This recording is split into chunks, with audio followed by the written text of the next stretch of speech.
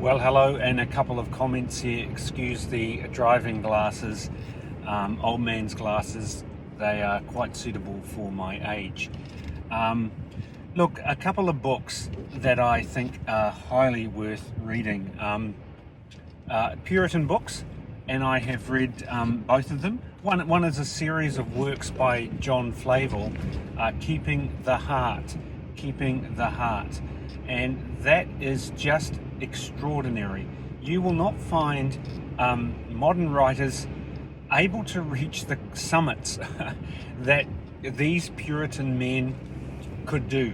And yes, okay, some of it might have been turns of phrase, but it's not the turn of phrase, it's the content and the thought life of these men that is translated to us in those turns of phrase, in the pages of his works. These people probed the depths of Christian experience, and they knew their theology. So, but it wasn't dry bones, bare bones, dry as dust, desert-like theology, sitting in an ivory tower. It was that real, practical, down-to-earth, moment by moment, day by day lived experience that these people, often persecuted, wrote about. So keeping the heart, I mean, could there be anything more wonderful? Because the Puritans were always looking and examining the heart, and the experiential element in their preaching proved this. So it was a living, breathing theology that worked itself out in the ups and downs, in the highs and lows, in the valleys and mountains of Christians' personal experience. There's nothing so wonderful as this kind of survey of the inner workings of us all, and particularly, of course, the believer. And the believer goes through so many extra and added difficulties of the heart that are just multiplied when he becomes a believer, because he has made a great deal more enemies, maybe even in his family, but certainly spiritual enemies. And he has made friends with the greatest person in the universe, God himself, and his whole world has changed. So keeping the heart, I highly recommend that. The other one I highly recommend is Jeremiah Burroughs, another Puritan. Now I think it's called The Art of Christian Contentment, but if you Google Jeremiah Burroughs Contentment, that book will be first in the list. I will link it in the description below. Now that book to me was quite life-changing. I have found it's very easy to be like the Israelites of old, complaining, grumbling, and he does two things. He, first of all, highlights the terrible sin of grumbling, of complaining, of finding fault with our circumstances, of feeling things should be better or different than our lot has provided us. And that's quite stark and challenging in its own right, because you're brought face to face with God's view of grumbling. You think, oh, it's just a little grumble. Well, of course, he takes you through the history of the children of Israel and their complaints to God, and of course the terrible judgments that fell upon them for their murmuring and their complaining. Now, I certainly have been guilty of this. We all have, with our lot in life, whether it be our work circumstances, whether it be the way that business has worked out, finance has fallen through, whatever the case is. Circumstances of life will disappoint us, and it's pretty easy to grumble, isn't it, and complain. Now, and we say, if only this could be this way, if only this event could have worked out that way. And I'm guilty of this, I really am. And so there's two things. Realizing the terrible sin and problem of complaining and grumbling, that book is absolutely powerful in exposing that fault in us. But more amazingly, it brings a great cure and healing and insight and help to combat that. and to live within the circumstances the Lord has allotted us. And I found huge relief there. For me, it was life-changing. I actually think it's something you should read often. I must do this myself because we do tend to forget it.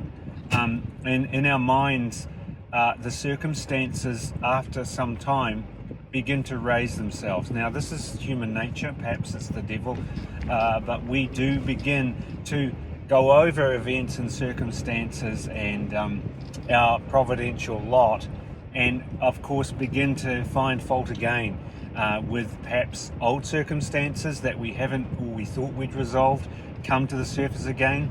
Perhaps Satan reminds us of them, perhaps our own sinful heart does, I do not know. Or new circumstances arise and we're prone again to complaining and finding fault with them. This book really is marvelous. It's just an expose, it's a manual, it's a deep dive into the inner workings and the hidden chambers of the heart, of the mind, that mulls over these things, that turns them over in our minds and comes up with false ideas and rescuing mechanisms that we, in a man-centered way, put in the way of God's providence. Now, he shoots them all down. He attacks them, he annihilates them, and it's incredible the insight.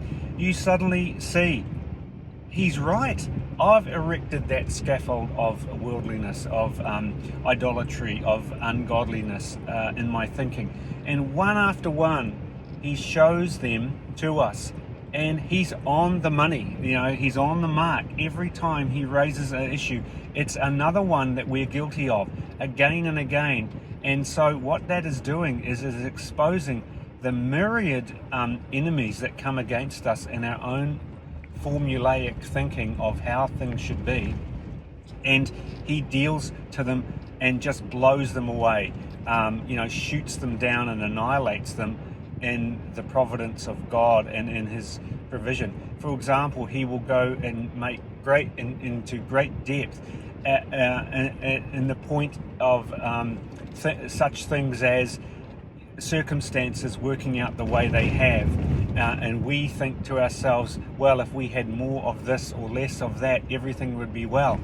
But he beautifully shows us that if that had turned out the way that you wanted it, much evil would have resulted.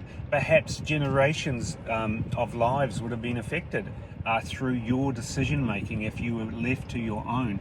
And his providence in preventing that incident, or that what you consider a blessing to occur, his providence in either allowing it or disallowing it, has in fact spared you great misery, perhaps even the loss of your soul, if we take it that far. And so therefore, I just think that book on Christian contentment is an absolute must, because we fall into that terrible sin of murmuring, and we all struggle with our lot in life, whatever circumstances you have been dealt. We have special needs children, for example, some with serious health conditions, and a myriad and a range of issues and problems. And we could quite easily think to ourselves, why and how come? And we could make all kinds of manner of arguments towards God for his providence in these things. However, we must come to the situation we rest ourselves in his care and his allotted way for us. There are many things we don't understand, but the mystery of his providence is almighty and powerful and absolute in its plan for us, which is the perfect plan. So I recommend those books, John Flavel, Jeremiah Burroughs. Look them up and read them and devour them, and especially the Jeremiah Burroughs book. That's worth reading over and over again. Oh, well, God bless. Amen.